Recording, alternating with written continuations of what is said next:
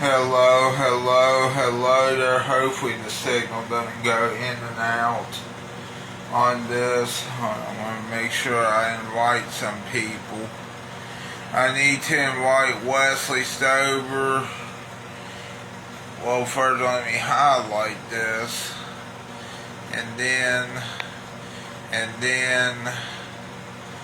I said, let me invite Wesley Stover. Please come to the stand. I'm just kidding. I'm not a judge. But I will, even though they say don't do it, I will judge you if you're doing something wrong. If you deserve it. That's what I'm trying to say here. Yeah, I know judging people is wrong. Judging people is wrong, but guess what? But it feels about as heavy as this hard Mountain Dew. Now, of course, I haven't tried hard Mountain Dew.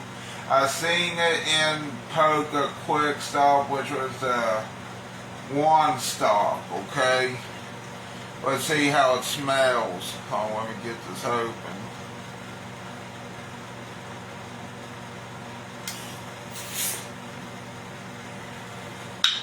Tastes a little bit weird after trying a little bit of it.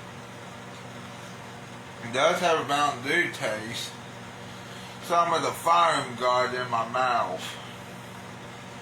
I hope this tastes good, but somehow, even though the foam tasted good when I opened it, so yeah, I'm supposed to be teetotal, but not right now.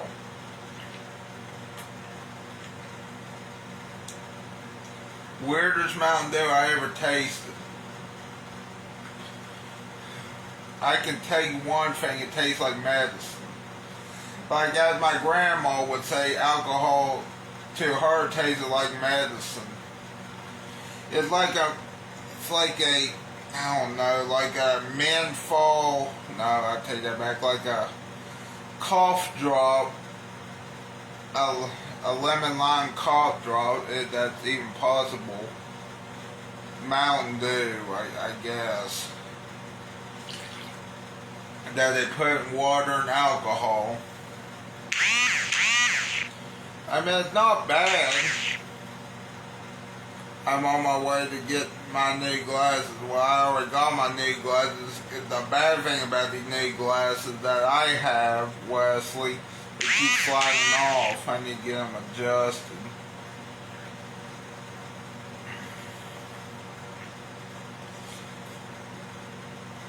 The more I taste it, the less bitter it gets. I mean, it's still a little bit bitter, but it gets less bitter as I taste it more.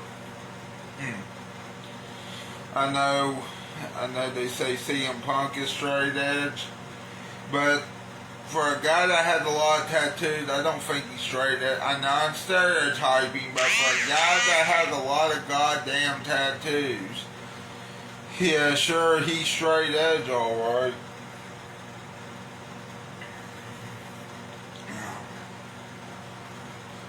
I actually enjoy a little bit enjoyed it, not all the way. See, if alcohol made it, okay, let's just put it this way: if alcohol tasted as good as this, I can see them being more popular than ever. However, though, alcohol, is for 21 and up,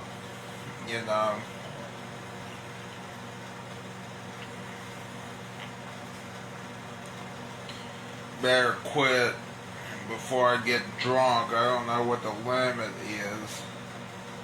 I think I drank almost a fourth of this can. WrestlePalooza was interesting at the movie theater.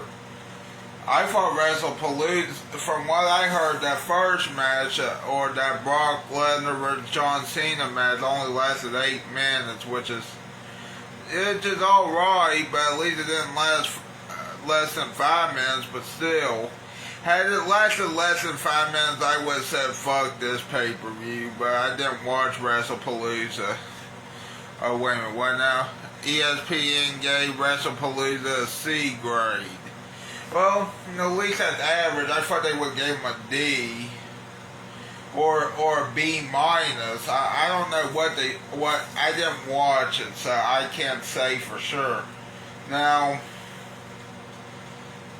but still, that is weird that ESPN gave WrestlePalooza a C grade. You would think it'd be somebody else. I bet some people say it was an F grade. This is not bad. But I better quit drinking because this is a tall boy can, as you may know. And see, it says right there, contains alcohol. Yeah. That's my, now let's see, where's the ingredients label? I don't see the ingredients label. Where is it? Please drink responsibly. Well, I am. Oh, there's the ingredients. It says malt beverage with natural flavored artificial sweetener and D&C yellow number 5. I suspect ESPN has an out clause for the WWEPLEs. I hope so. And I also hope that this 5% alcohol in this can is 100 calories per 12 fluid ounce serving, but the 24 fluid ounce can.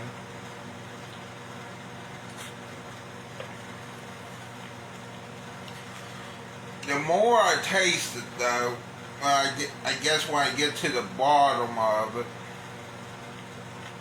it gets more of that medicine taste, but still tastes like Mountain Dew, or Mountain Dew, like Diet Mountain Dew, not even though it says 0 sugar on here. Here, I'll show you that. It says 0 sugar. What does that say right there? Even though I know it's backwards, maybe. To me, it looks backwards. It says 0 sugar, which means no real sugar.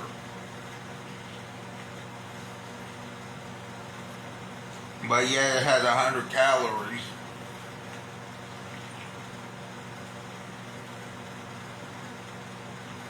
No, I better quit.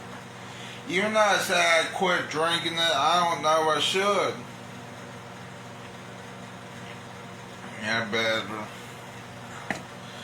put it right over there.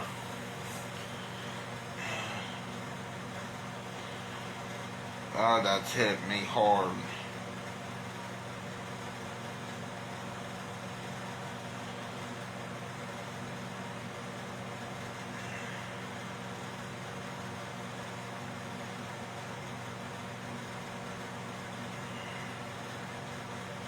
The good news is, at least it tastes good, a little bit. Bad news is, right before I bought this, I lost $20 on the slot machine at Bubby's Cafe. Now, Bubby Cafe, I think, is a new restaurant here in Polka. Real quick here, I think it's stupid that I lost $20 on this slot machine. Well, first I won, but with a little bit. Should have just cashed out. Fuck it. Why didn't I cash out? Oh yeah, that's right. Because the slot machines trick you. Well, at least I'm starting to realize that. I mean, I could have won more, but of course they don't want you to. They want to trick you. Trick me. Good thing I still have money for that, and that's the best.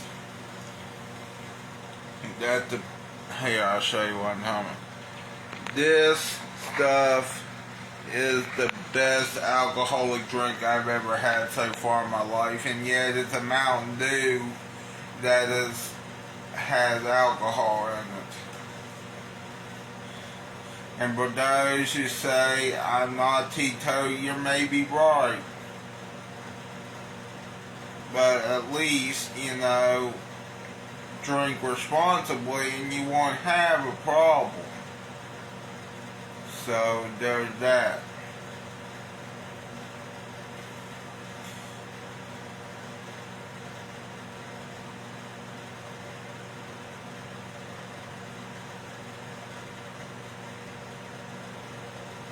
See, I was about to get that stuff that you see right there, Ford logo, but I don't know how it tastes. Heard that was black out in the can right there, or originally, but I guess they got rid of the caffeine in it. But yet tea has, I thought it was more of a tea, and tea has caffeine in it. But it's also an alcoholic drink too, and I guess this was their final Ford logo beer pong, alcohol pong challenge. Who's this? Hold on a minute real quick. Oh, Emma. Yeah.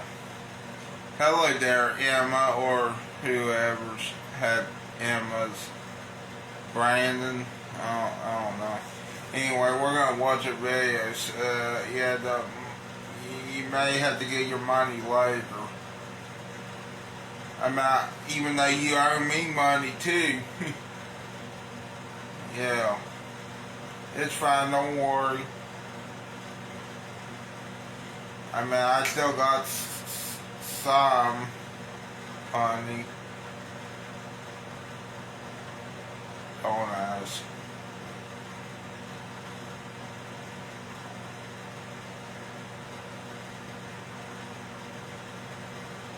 I'm trying to think of a video we can watch. I guess Highways. New York is one of the most expensive destinations on the planet. It's really? I didn't know. Okay, I did know that, but very still, easy to spend here and very hard to keep your wallet closed. In this video, I'll share the 15 ways tourists keep wasting their money and how to avoid these common mistakes. Take some notes. Here we go. We're going to start with something that shocks many of my... Actually, this might be an older video, even though it's one of the most expensive. Oh, let me check some. Originally aired in August 2024. EB Bar. Here be bar, or here, whatever the fuck it's.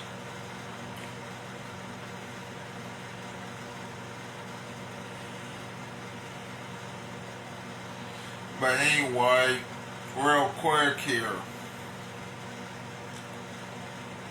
Actually, I think I found one. Okay, here we go. As someone who grew up in Canada, you honestly hear very little about Newfoundland and Labrador. It's a place you never think to visit, despite how vast and beautiful it is often touted. So I planned a trip there, not only to film an astonishing abandoned place for my main channel Bryson Films, a video coming out very soon, but also to check out this incredible province.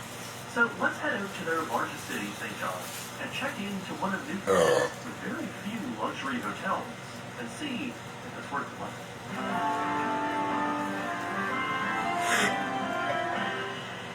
So I've wanted to visit the Canadian Maritimes and Atlantic coast for a long time. It's a place I've always said I wanted to go, but just never have. I don't know why though. Air Canada has multiple flights to Newfoundland, including their capital city, St. John's. It's Canada's oldest and easternmost city. From the outside, it looks pretty cool. This is where I would be taking Air Canada's very uncomfortable 737 MAX. And to stay, I chose the relatively new Devel Inn. This is an ultra-boutique hotel, bordering on the lines of a fancy bed and breakfast, as there are only 7 guest rooms here. That's because this whole hotel is contained within a former mansion built in the late 1800s. Prior to the Devel, it was operating as the Cabins, a small and fairly typical bed and breakfast. Ultimately, it was put up for sale on Facebook Marketplace and purchased by local entrepreneur and interior designer Susan Brooke. She transformed the property into the Devel and opened it in late 2023. So I picked one of the more interesting looking base rooms you can get. A deluxe room with some unique architecture. The check-in process was extremely easy. They were given a code I need to to make put sure this up before I drink it all. directing us to our exact room. A quick phone call confirmed that room number, which had its door wide open to the inside. We were in room number 4, and this space is absolutely beautiful. I'm not sure of the exact square footage, but it is on the smaller side for a luxury hotel. So given the context of what this is and the unusual shape of the space, it does have more amenities than you might think. When you first walk in, you have a plush armchair and small side table on your left. Just beyond it is a decently sized closet. On the opposite side, you have a small media desk, outfitted with complimentary copies of tea. Above it is the TV, and it's one that's actually really nice. It's a Samsung frame, and it's probably the highest quality TV I've ever seen in a hotel, regardless of the price. Now across from that is the wardrobe, with a few drawers and a cabinet for storage, as well as a mini fridge, which is great to see. And then there's the bed. This is also very nice and quite luxurious, with handmade pillows from Montreal and linen sheets. Everything felt very luxurious and comfortable. Finally, there's the bathroom. Naturally, due to the size of the room, this is a pretty tight space. But I wouldn't say it was sacrificing anything other than counter space. Well, the vanity is actually this really cool red Did I miss? with carving for sink basin. The actual storage surface space in here is pretty minimal, as there is only room for one of our vanity desks. The stand-up shower is also unfortunately designed with that European system with no door, and it's one that doesn't even have a lift separating it from the rest of the floor, so it is prone to having water get in. Now, it honestly wasn't as much of a problem as I thought it would be. It is unfortunate, though, that two banes of my existence, a doorless shower and hexagon tiling, are in use. The quirkiness continues on with the towels, as they're in a sort of waffle weave texture, the same as those absorbent towels you clean your car with. They were very weird feeling, but I'm sure I liked them. That was also true because they also had this weird mildewy smell that was kind of off-putting after only one night of use. I'm sorry, I also hated the soap boxes. Now this is as subjective as it gets, because I didn't really like them. And this is unfortunate because it is a local brand that is found across the island. But I just hate products that give that cooling, icy sensation on your skin. It smelled like the mint chocolate you get at the end of a meal at Oliver, which might be the most unhinged comparison I've ever made on this channel. So, while the bathroom was certainly the low point of the room, the many smaller details certainly made up for it. Upon booking this room, I was given a list of customizable in-room amenities. These include a full pillow menu, the preference of an in-room scent, what kind of books you like, and your preferences of snacks. I absolutely loved this, and even though there was a little snag in receiving all of this on the first day, the wonderful staff quickly fixed this and even gave us a free candle for the scent that we liked to take home. You also have some handy guides in your room waiting for you. One is cleverly displayed in what looks like a paint swatch binder, each card giving you useful information about the property, but also the local area, giving suggestions on where to eat and shop and how far away they are. This felt like a very refined consumer experience. I really liked it. On top of all of this, I especially loved how they treat you like responsible guests, not like a faceless corporation worrying about every tiny liability risk. This isn't a situation like the Hilton selling us a $1,500 room with a balcony, then locking it due to the minimal risks associated. Now, the developer lets you do things like fully open the windows all the way, which was so nice to do every morning. Spread throughout the room are real candles, including the one scented one that you select. Provided are real matches, which you are actually allowed to use. This created the coziest room I have ever stayed in. Lighting candles, cracking open the window to let in the brisk sea air was truly magnificent. I absolutely loved this. This room was already at a base level designed to be comfortable, with warm, dark tones everywhere, much like the rest of the property. So these extra details were just really the icing on top. Speaking of which, you might be thinking that because this is such a small building, there really isn't much else in terms of amenities. I was thinking the same thing, but surprisingly, there is more here than you might think. But before we take a look at the rest of the property, I want to quickly let you all know about this video's sponsor, Babbel. As you might know, I've been using Babbel for a while now on and off, and that's because Babbel is the best place to learn a new language. It's one of the premier learning apps with lessons designed by real language teachers. Now, despite Newfoundland being primarily an English-speaking province, there's also a little-known island off its coast called Saint-Pierre and Miquelon. an actual archipelago of France. So everything there is French. I think that's really cool, and I've always wanted to go. And perhaps I might do so on a trip next spring. But before I do that, I would really like to spend this fall to continue to learn French on Babbel. So far, in my experience, as someone who has always struggled to learn language, Babbel has been a very approachable resource, as you can set your own schedules and learn through practical conversations you would actually use in real life. So if you want to try out Babbel today, click on my link or scan the QR code on the screen to get 55% off your Babbel subscription. So merci beaucoup to Babbel for making this video possible. Anyways, back to the video. Beyond the charming porch area with a few chairs, you enter through a beautiful, what I assume are the original details in the vista. Just beyond that is the main foyer, with a small desk which is staffed through the afternoon hours. When you first walk in, to the left is a whole bunch of lounge seats. This is a very intimate, moody space that is very well appointed with lots of comfortable seating, just a lounge. The space has large windows overlooking the quaint street, while soft music plays in the background. Again, it's a surprisingly refined, very pleasant and calming atmosphere. Now, on the opposite side, to the right of when you enter, is the library. Here you'll find even more seating, along with a gorgeous painting gallery and complimentary ice and wine. You know, I love to see that. As a little extra treat for guests, placed right next to the front door is a small table consisting of various complimentary snacks for you to take with you exploring or just back to your room. Up the stairs, past the original stained glass window, and shockingly pretty guest bathroom, are another two guest areas. Once you reach the top of the stairs, on your left is the dining room.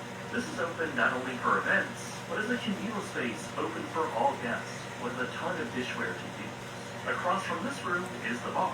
Here you'll find a microwave, a toaster, more coffee and teas, plus a self-serve bar operating on the honor system. Down the corridors, you'll also find all of the rooms which are unoccupied with their doors wide open. I mentioned before that this was how our room was when we arrived. And though it was a bit unorthodox to us, I kind of like this system. When a room isn't occupied for the night, it's just left wide open, I guess, for people to peek in and see the various room types. Again, it's one of those things that make this feel more like a home and less than a cog in a corporate machine. You certainly wouldn't see this in a place like the Niagara Falls. For these systems to work, there's just a sort of mutual respect between guest and host. Now, on top of all of this, each guest also gets free parking in a lot around back, as well as complimentary breakfast. Now, unlike a typical hotel with a buffet or a la carte, each morning at around 8 a.m., a little basket is delivered to your front door with all of the breakfast essentials inside. For us each morning, that included yogurt, juice, fruit, and a little pastry. It was all very good and very high quality. For other food and drinks, there's also surprisingly a small menu that you can order off of before a set time. Again, something that's pretty great for a hotel of this size. Now, perhaps the best amenity of the inn is its location.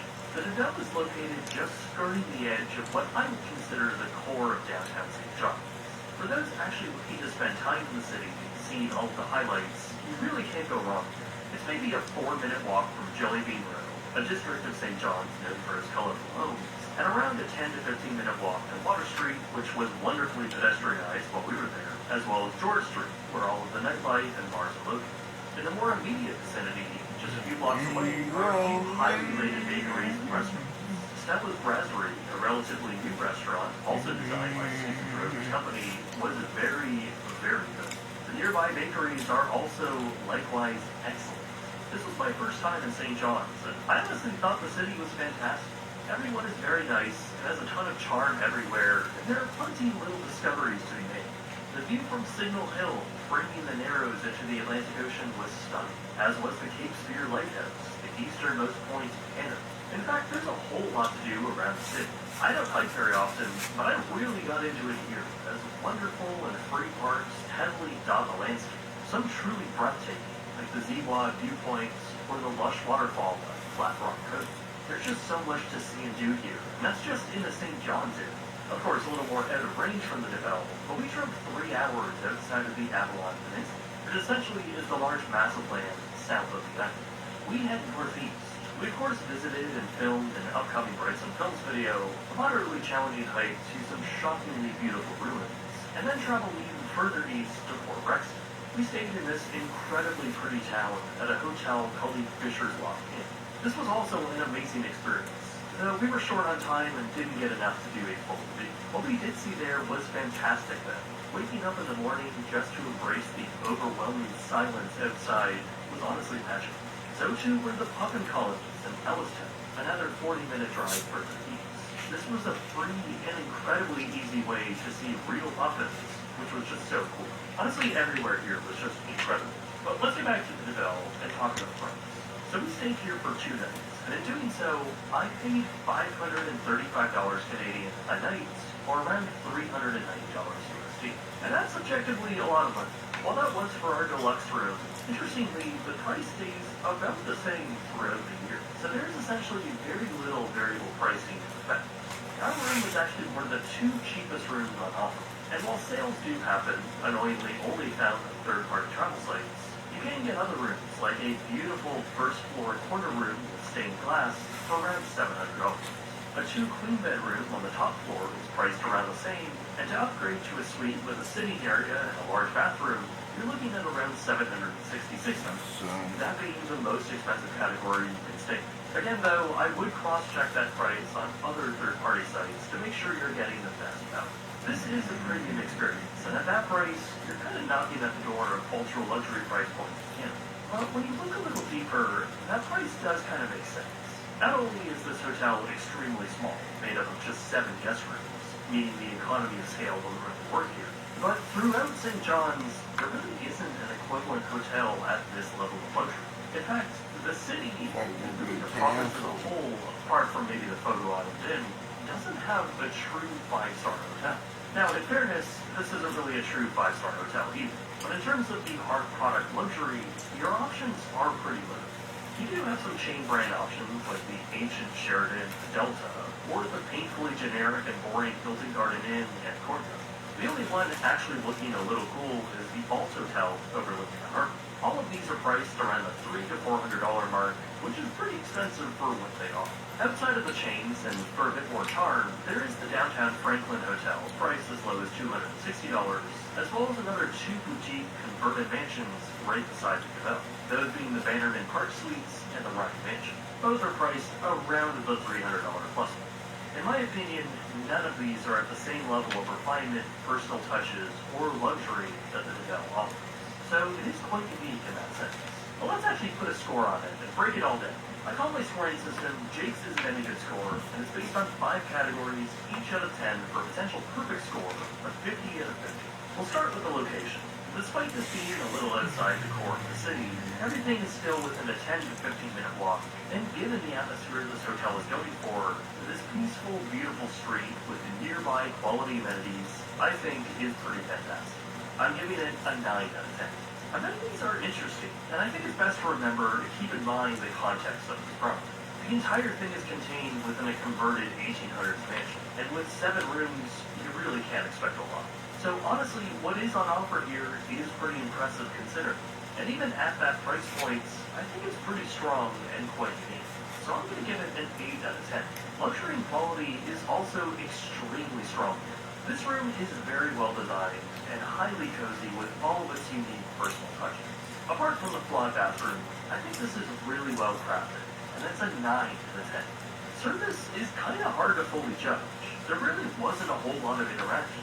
We were mainly left at peace, which I think is kind of the idea. When we did see and talk to staff, everyone was very kind and warm. It's exactly the kind of service I like. Although there were some issues initially with not super clear communication on what our room number was, or getting all the amenities on the first day, the intimacy of the property and its staff ensured that communication would be swift and quickly resolved. Any issues we actually had were super small though, and it's a 9 out of 10. Finally, there's value. This is decently expensive, though with a lack of comparable competition, for such an intimate experience, I honestly don't think this was that bad of a price. I would like to see lower rates around the $400 to $450 mark, but I wasn't at all upset with what I paid. I'm going to give it an 8 out of 10. That brings the total score to a very impressive 43 out of 50, only beaten by the recently reviewed people of the Canadian Aurora Mills, all of which are also very unique boutique hotels. Overall, I loved the Deville. I thought it was a fantastic inn that made our stay in St. John's so comfortable and very memorable. But I ended up loving Newfoundland even more. This is such a slept-on place. From the famously warm people across the island to the unbelievable coastlines and scenery, it's all so genuinely beautiful. Just driving across it and seeing the various small towns reminds you how sparsely populated it all is. This entire island has fewer people living in it than Hamilton, Ontario, the city where I currently live. It's insane. And this place is so rarely talked about or even visited. Even with easy travel like cruise ships, I'm surprised that more don't go there. While we were in St. John's, we did see the National Geographic Explorer, and there are a few cruise ships here and there that do visit for the summer and fall. I'm just surprised this island doesn't have a lot more expedition cruising, or specifically cruises that market going to Newfoundland. I mean, on the northwest side of the island, there's like basically Norwegian-style fjords, and it's spectacular for the rare cruise ships that actually do exploration cruising, like the ship that was in port with us. Well, it's not exactly cheap. In total, Newfoundland only saw around 528,000 visitors in 2024, a fraction of the 2 million visitors a place like Nova Scotia saw. And I understand places like that have a lot more infrastructure to support tourists. They also have slightly better weather. But my God, Newfoundland is such an amazing place to see. I hope that not only more people come to appreciate it, but more boutique, homegrown options like the Deville open up to welcome. I am almost certainly going back to Newfoundland next spring to see the whales and icebergs on shore. And if you do too, I think the Deville is a great option. But what do you think? Would you travel to Newfoundland? Let me know in the comments, as I really do read each one. Also, thanks again to Babel for making this video possible. My name is Jake, and thank you very much for watching.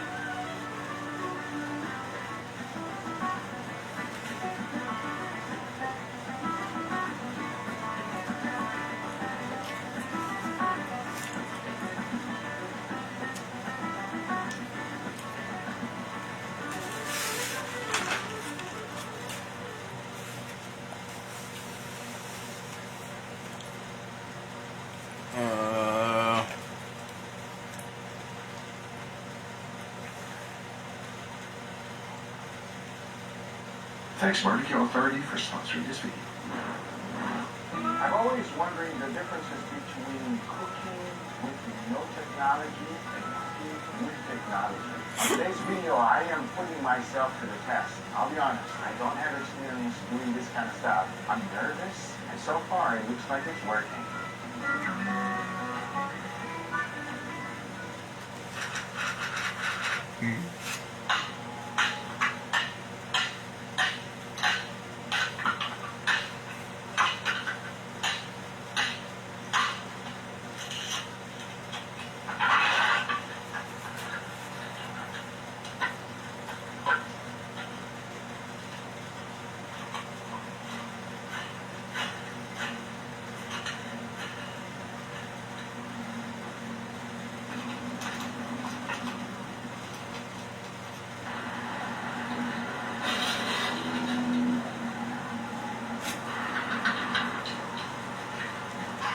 This is so weird. This is gotta be his weirdest video, Google Food's weirdest video yet.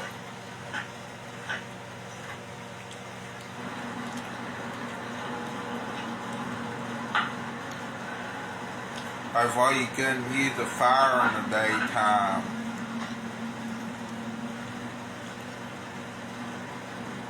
Question to you. Uh-oh.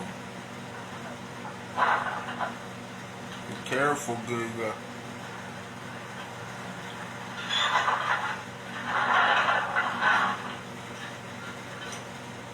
I believe it's ready. Let's take it out of the steak.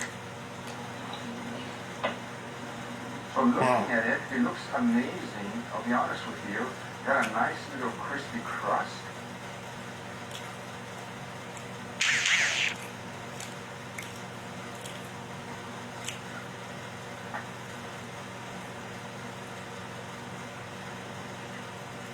Hello there, Diana. Juicy, tender, savory. The crispy part that was created is a whole nother level. Medium rare, even though we use no thermometer. It was a guessing game, but I think I did it right. This is just our first one. Let's jump on to the next. I cannot emphasize how much work that was. Before I show you the next ancient way, which is even more work and extremely challenging, let's see if the modern way is less work, but does it taste better than the previous one? Shout out to Barbecue Authority because they gave me 2 grills to try. This is the Napoleon Trouble Q285X. It is a gas grill, as you can clearly see. It has a nice size grill, great for you to work food with. There's a thermometer. It is very light, even a kid can transport it. You put it back up, you put it down, you raise it. There's a little latch right here. You push that, and it just stays. Hooks on the sides for your tools. How much does it cost? That I actually like because you don't have to drag a big propane, you know what I mean? This part I like that you can use different tops to cook. Put a big pancake on it, no problem. There's 2 separate burners and a 10-year warranty. Let's get cooking. For this entire video, I'm going to be using only picanha. I first started by adding a generous amount of butter in here. 10-year warranty. Now, let's go ahead and let this melt. I made an aluminum foil bowl because this is how I'm going to get some smoky flavor on this picanha. And in it goes. As you can clearly see, I'm going to put right over the burner. And when I close it, I want you to see this right here. I'm just going to push this down a tiny bit. And then you will keep it a little bit open, which is enough to ignite the pellets and keep the smoke going. All right, nicely melted. And my smoke system is actually working over here, right? It's working pretty good. Now, if I leave this just like this, it's going to burn, right? Because it's only butter. In order to do this method right, you must put that cap down. Now what's going to happen? All of the fat will combine with the butter, not allowing it to burn. And from time to time, I'm going to come here and I'm going to do a little bit of this. I'll put the time on the top and just continue to baste it just like this. You guys are getting a nice bubble bath of butter. Let me show you the next thing Barbecue Authority sent to me. This is the Gosney Tread Pizza Oven. I love that it rotates 360 degrees. This is the world's lightest and most portable pizza oven ever. I mean, look at that. Nothing. It has a stone, a burn on the side. It's made out of aluminum and steel. Here's where you can control the temperature and up to 950 in just 15 minutes. It has some sick attachments too. And even a cutting board. Let's make a sauce in that oven. Got a cast iron skillet, a few peppers, garlic, and a few cherry tomatoes. A little bit of olive oil, followed by some salt, and into the oven. Some natural air conditioning that is very much appreciated.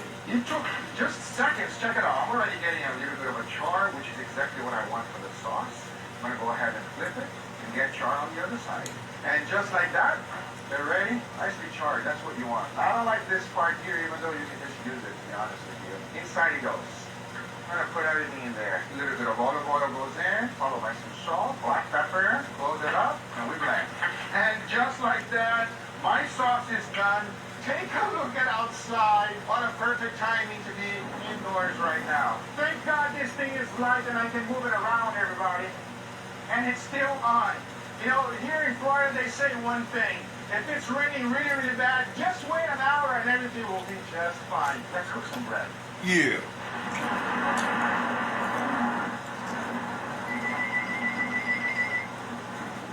Into the oven it goes. It is done. Check it out, everybody. We got a little bit of leopard spotting, which I actually love. And then check out the bottom. Let's see if it was nicely cooked. Oh, yeah. That's perfect. Before we slice the picanha, I'm going to put this in because I want it super hot to get a quick sear. And I believe the picanha is ready. You see, I didn't go too hard on it. Because if you see the edges right here, you can see a little bit of color, which means it was smoked. That is a great way of using smoke on your gas grill, everybody. Seriously. And let's take a look. Okay, I'm happy with that. I'm going to let it rest right here just for a few minutes. And we're going to cut this thing. Oh! Oh, God, that's hot! It should still be raw inside. Let's check it out. Yep, just like I expected. It is extremely hot. Look at the color of that cast iron skillet, boy. Oh, even the seasoning came out. Instead of using oil, I'm going to start with the fat, just a little bit. That's good. Now I'll put it on the side. I got 3 of them in. I got one last one here, which this one is going to be my appetizer. I'm going to grill it over there while these ones are done. Because now I'll put all of these 3 in the oven so we can get a sear. Check out. I feel bad. A little bit better after. Actually, I'm still a little bit tired. Temperature on this thing. But then again, alcohol does. That's why I'm drinking this instead of the other Diet Pepsi to get my energy back. Right here, everybody. But still, that hard Mountain Dew was bad. I think Isaiah's here. Hold on, man. Hold on, Isaiah. I think that's him. I hope.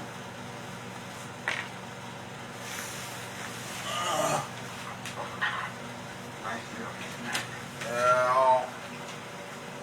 Oh wow, it's extremely smoky. That works extremely well. Let's check on that pizza because I think the other ones are seared. And it is done. Oh, nice, beautiful crust. All right, let's go ahead and slice this up. Oh, just the way I like it. And now with the I'll start with the drippings and the butter from the picanha, the salsa, some Parmigiano Reggiano right on top. And I don't know if you noticed, look, stop raining, everybody. I told you, followed by that beautiful picanha we cooked. Nicely baked, good fermentation on the dough. Picanha looks great. Let's see how it tastes. Oh, wow. I love the crunchiness of the pizza, the smokiness of the picanha, and the butteriness that it has. The sauce is just a nice combination, and this was a huge success and much easier. You know, I got a lot of my grills from Barbecue Authority. If you're interested in getting any grills, check them out in the link in the description down below, because now I'm about to cook with no grill, and that one scared me. I'm going to keep it real quiet so you can understand the struggle. Thank God. Yeah, thank God I'm a captain boy. Yeah. Or I was. I guess that's cool, sort of.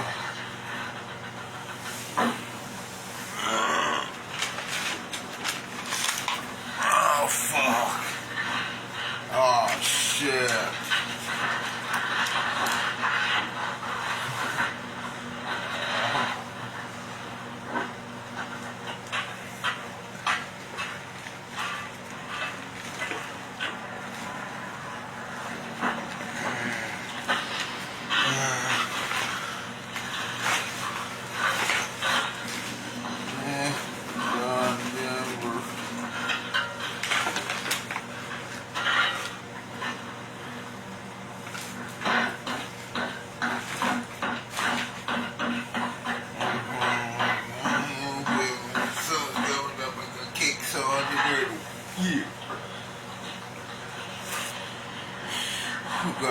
Kicks on the griddle.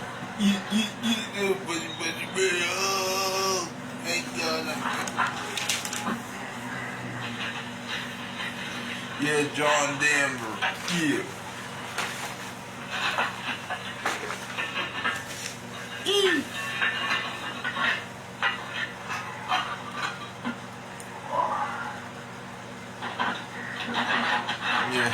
Yeah.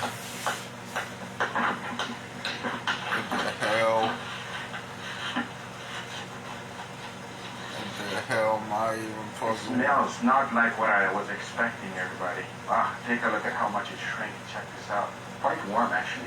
But obviously, there's no crust on it. We gotta fix this situation right now. I think you're gonna die. You gotta eat that. Cook it and then...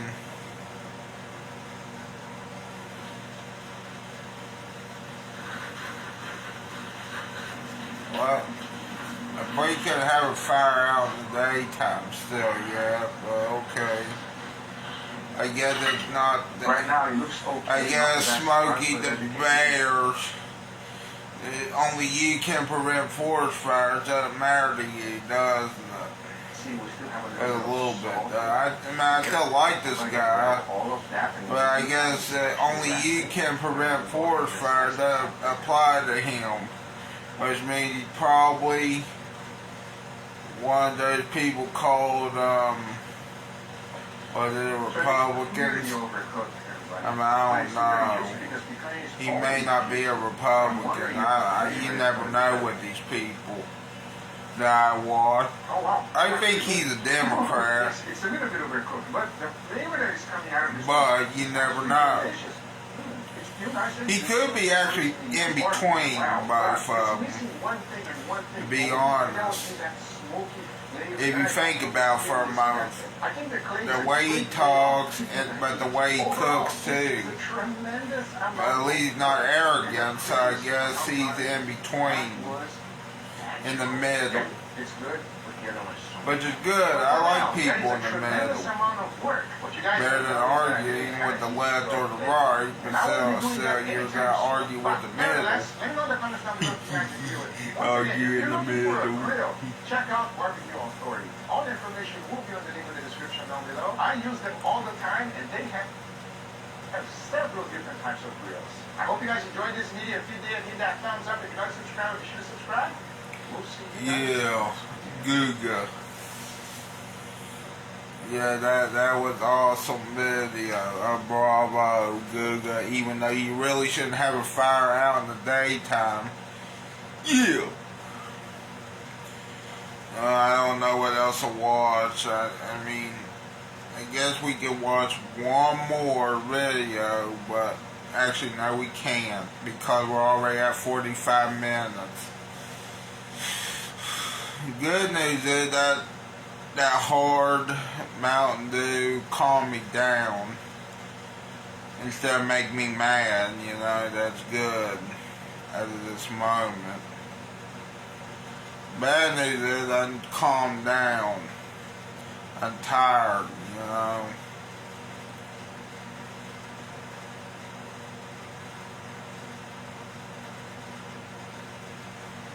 How to Get Revenge. 1989 Kurt VHS tape. Nice. I'll tell you.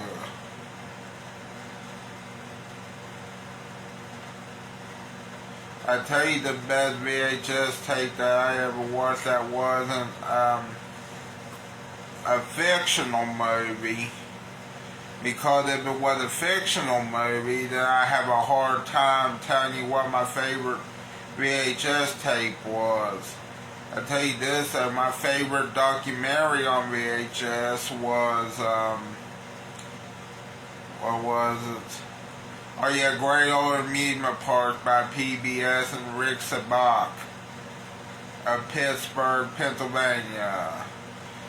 Even though I know some of you would say eat shit pit, but still, that's beside the point right now. So I better say bye for now. Bye.